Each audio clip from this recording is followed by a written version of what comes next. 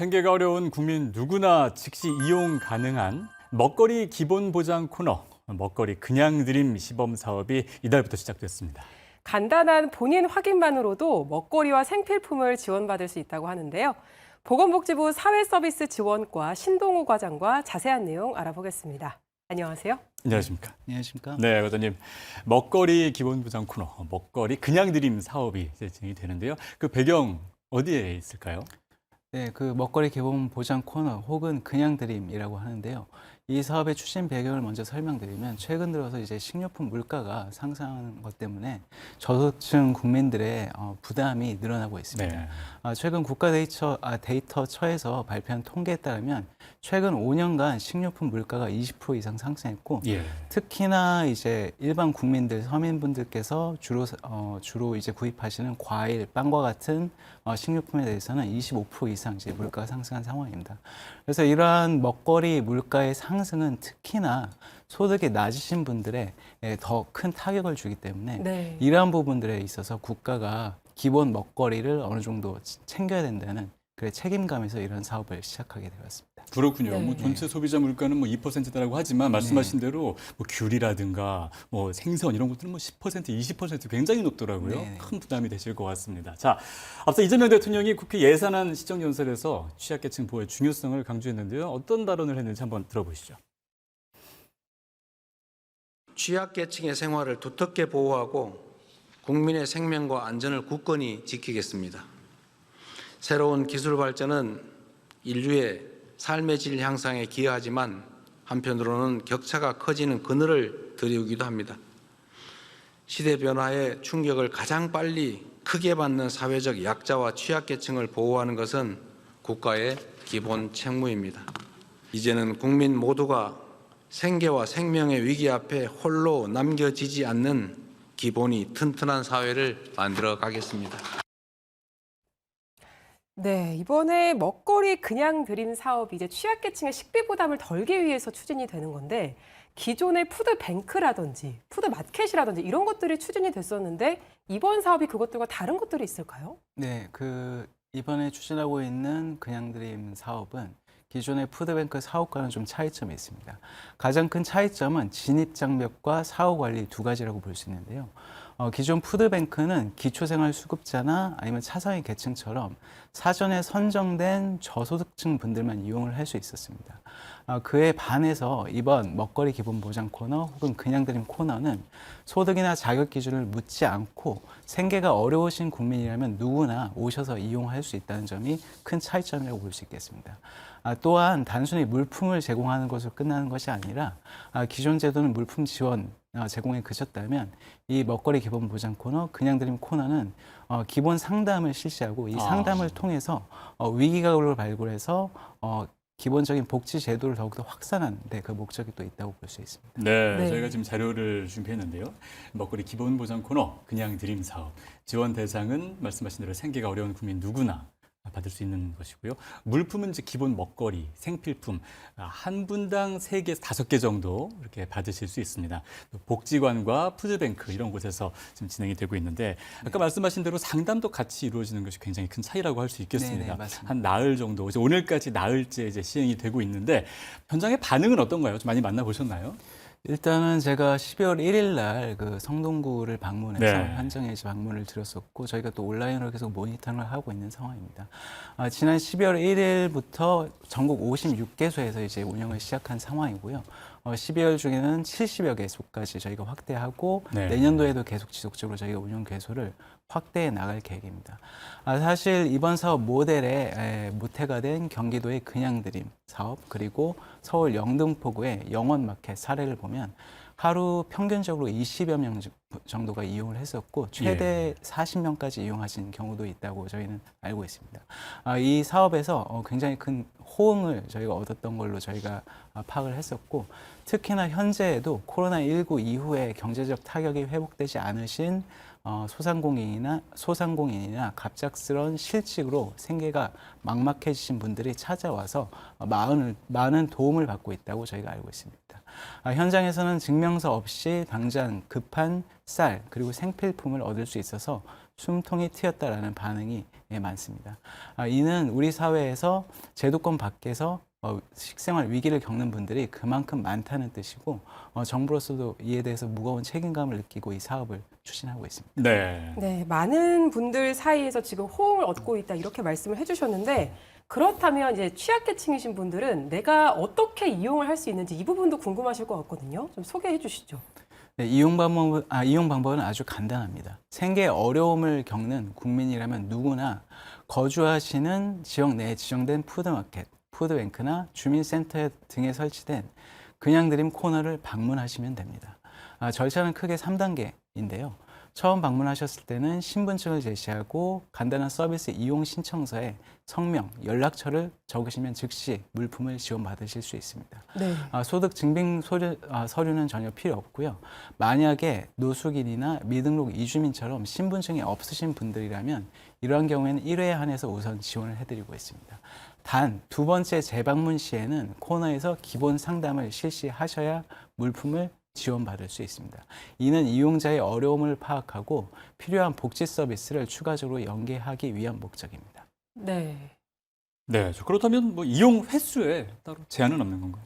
이용 횟수는 기본적으로 기존의 저소득층 국민들을 대상으로 진행하고 있는 네. 푸드뱅크와의 형평성을 고려해서 저희가 월 최대 1회로 저희가 가이드라인은 제공을 하고 있습니다. 예. 이는 말씀드린 것처럼 기존의 푸드뱅크 이용자분들보다 그냥 드림 코너 이용자가 더 많은 물품을 받는 것은 형평성 문제가 있기 때문에 그렇게 저희가 조치를 했지만 이는 지역 상황에 따라서 조금씩 다를 수 있고요. 지자체마다 물품 상황에 여유가 있거나 혹은 푸드뱅크에 더 많은 지원을 했던 지자체라면 더 많은 이제 지원 횟수를 제공할 수가 있습니다. 그렇군요. 네. 자, 그렇다면 이제 이 코너에서 필요로 한 부분들을 이제 가져갈 수 있는데 물품들은 어떤 것들이 있을까요? 물품들은 이용자분들이 당장 사용할 수 있는데 가장 필요한 물품을 네. 저희가 구성하려고 노력을 했고요. 1인당 약 2만 원 정도의 저희가 꾸러미를 제공해 드리는데 크게 주식류, 간편식, 생활 필수품 등으로 나뉩니다. 예를 들어서 쌀, 햇반 같은 주식이나 또 라면, 식빵 같은 면, 빵류, 그리고 참치캔이나 즉석 카레 같은 통조림, 간편식이 이러한 구성에 포함이 되어 있습니다. 단 이 물품 구성은 지역 주민의 수요 그리고 지역의 상황에 따라서 지방 정부에서 자체적으로 좀 조정을 할 수가 있습니다. 네, 이렇게 이제 많은 분들이 이용을 하시다 보면 또 필요한 물품이 부족한 경우도 있을 것 같거든요. 그럴 때는 네. 어떤 방법들이 있을까요? 그런 경우를 저희가 대비해서 저희 전국 푸드뱅크와 광역 푸드뱅크를 통해서 재분배 시스템을 갖추어 놨습니다. 저희가 현재 기부 물품 관리 시스템, FMS 시스템을 통해서 저희가 이런 재분배 시스템을 구축하고 있고 또한 대기자 관리 시스템을 마련해 두었습니다. 만약에 방문하셨을 때 물품이 소진되었다면 빈손으로 돌아가게 하시는 것이 아니라 서비스 대기자 명부에 연락처를 남겨주시면 이후에 연락을 드려서 추후에 그 물품을 제공받으실 수 있도록 그렇게 조치할 계획입니다. 네. 네, 2만 원 상당의 물품이 제공이 되고 혹시나 부족할 경우를 대비한 그런 대비책들도 지금 마련이 돼 있다 이렇게 네. 말씀해 주셨는데 사실 이런 먹거리 지원 사업의 경우에는 내가 취약계층이다 이렇게 사회적으로 낙인을 찍는 것 같아서 많은 분들이 이거에 대해서 좀 꺼리시는 분들도 있을 것 같은데요. 이거에 대한 대책은 좀 어떻게 마련이 돼 있을까요? 네, 매우 중요한 말씀이시고요. 사실 경제적으로 어렵더라도 이런 낙인감이나 내가 가난하다는 것을 증명해야 된다는 이런 문제 때문에 기본 공적인 복지 혜택을 신청을 선뜻 못 하시는 분들이 많이 계십니다. 이번 사업은 그런 심리적인 문턱을 최대한 낮추는 데 저희가 주력을 했고요. 예. 그래서 사업 명칭도 그냥 드림이라고 붙였습니다. 조건 없이 그냥 드린다는 뜻을 담아 누구나 편안하게 오실 수 있는 분위기를 조성하고자 했습니다.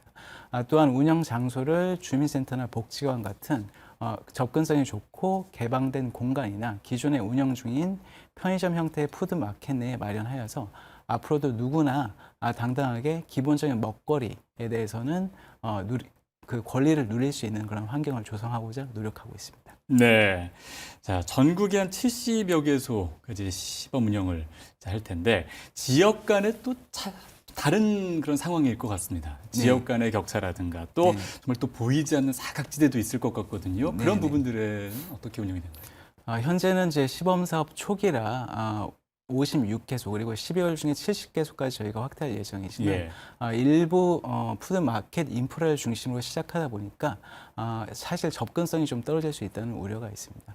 이러한 점을 보완하기 위해서 저희는 시범사업 기간 중에서도 단계적으로 개소수를 늘려나가면서 확산을 하고 또한 본사업 기간에는 150개소, 내년 5월부터 본사업이 시작될 예. 예정이고 27년에는 전국 229개 시군구에 모두 코너를 설치해서 최대한 국민들의 접근성이 보장될 수 있도록 그렇게 조치를 하겠습니다. 네. 네, 말씀해 주신 것처럼 지금 여러 기관에서 이 사업이 운영이 되는 거다 보니까 중복 지원이라든지 중복 수령이라든지 이런 부분들에 대한 우려도 좀 있거든요. 이거와 관련된 대책은 어떤 것들이 있을까요? 네, 맞습니다. 말씀 주신 것처럼 이제 중복 수혜라든가 이제 부정 수령 같은 이런 문제점이 발생할 여지가 있습니다. 따라서 필요한 분들에게 꼭 필요한 혜택이 돌아갈 수 있도록 관리가 필요한데요. 이를 위해 저희는 앞서 말씀드린 기부 물품 관리 시스템 FMS를 적극 활용하고 있습니다. 이용자가 방문을 하시면 현장 관리자가 당일 지급 내역을 전산 시스템에 즉시 등록하고 이런 등록된 정보는 전국의 모든 사업장이 실시간으로 공유를 하고 있습니다. 따라서 다른 지역에서 물품을 받고 또 다른 코너로 가셔서 추가로 받으시는 이런 부분들을 좀 방지할 수 있는 시스템을 저희가 갖춰 나왔습니다.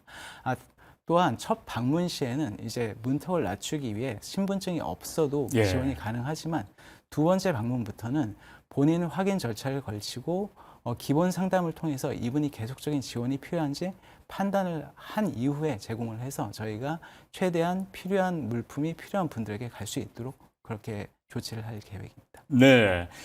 아까 말씀해 주신 부분들, 특히 상담도 진행이 되고 이런 것들이 기존의 푸드마켓이나 푸드뱅크와 좀 차이점이다라고 할 수 있는데 네. 굉장히 복지 사각지대를 발굴할 수 있는 굉장히 좋은 그런 기회인 것 같습니다. 이런 부분들 어떻게 앞으로 좀 확대 나갈 계획이신가요? 그렇습니다. 사실 이제 먹거리 기본 지원은 시작일 뿐이고 예. 이 사업의 또 하나의 큰 목적은 위기 가구를 발굴해서 그분들에게 지속적인 사례 관리와 그 복지 서비스를 제공하는 것입니다. 예. 먹거리는 의식주, 기본적인 인간의 욕구 중에 하나이기 때문에 식생활의 위기가 닥쳤다는 것은 주거, 의료, 채무 등 다른 심각한 문제가 복합적으로 얽혀 있다는 것을 의미합니다. 따라서 그동안 신청주의 복지제도의 한계 때문에 정보를 모르거나 혹은 낙인감이 두려워 이제 복지 서비스를 이용하지 못하셨던 분들에게 자연스럽게 먹거리를 매개로 제도권 복지제도로 들어올 수 있게 하는 이런 그 취지를 가졌다고 생각하시면 될 것 같습니다. 네. 2차 방문 시에 진행하는 의무 상담이 바로 그러한 취지인데요. 상담을 통해서 이분들이 겪고 있는 어려움을 포착하고 고립된 분들을 사회 밖으로 이끌어내서 저희가 복지 서비스와 지속적인 사례 관리를 제공하는 그런 마중물 역할을 하고자 합니다. 네. 이렇게 해서 발굴된 위기 가구의 경우에는 또 어떤 지원들이 진행이 되나요? 기본적으로는 저희가 읍면동 복지센터로 저희가 연계를 해서 예. 공적 복지제도, 예를 들면 기초생활수급이라든가 긴급복지지원과 같은 공적인 복지제도가 지원이 가능한지 저희가 확인해서 제공을 해드리고, 만약에 이런 공적 복지 서비스에 포함이 되지 않는 분들이 하더라도 저희가 최대한 민간 자원을 활용해서 연계를 하려고 하고 있습니다. 그래서 예를 들어서 저희가 신한금융그룹과 에너지 바우처 지원 협약을 맺었는데요. 이 협약을 통해서 저희가 그냥 드림 사업을 통해서 발굴된 위기가구 분들에 대해서는 난방비나 난방비 혹은 냉방비와 같은 비용들을 저희가 지원을 할 예정입니다. 또한 지역사회에 있는 자원들과도 연계해서 최대한 사례관리를 지원할 예정이고요. 지역에 있는 사회복지협의라든가 복지센터 혹은 복지관과 같은 지역 사회복지 자원을 연계해서 이러한 분들에게 필요한 복지 서비스를 최대한 제공하려고 하고 있습니다. 예. 네.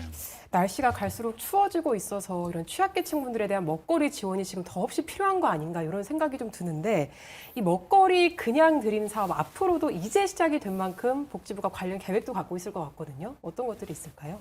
네, 그 배고픔에는 증명서가 필요 없다는 말처럼 먹는 문제만큼은 국가가 최대한 책임을 치겠습니다. 예. 일단 내년 4월까지 진행되는 시범 사업 기간 동안 이용자들의 만족도나 운영상의 미비점을 꼼꼼히 모니터링해서 이를 바탕으로 내년 5월 본사업 때는 좀 더 개선된 본사업이 시작될 수 있도록 저희가 최선을 다하겠습니다. 그리고 2027년에는 전국에서 모든 국민들이 이 서비스를 손쉽게 이용할 수 있도록 229개 시군구에 모두 코너를 설치해서 인프라를 확대하도록 하겠습니다. 아울러 정부 예산뿐만 아니라 기업과 민간의 후원도 적극적으로 유치해서 우리 사회 곳곳에 따뜻한 나눔 문화가 확산되는 계기로 만들도록 하겠습니다. 이번 사업에 대해서 국민 여러분들의 많은 관심과 응원을 부탁드리겠습니다. 감사합니다. 네. 자, 지금까지 먹거리 그냥 드림 사업에 대해서 신동우 보건복지부 사회서비스 지원과 과장과 함께 자세한 얘기 나눴습니다. 오늘 말씀 고맙습니다.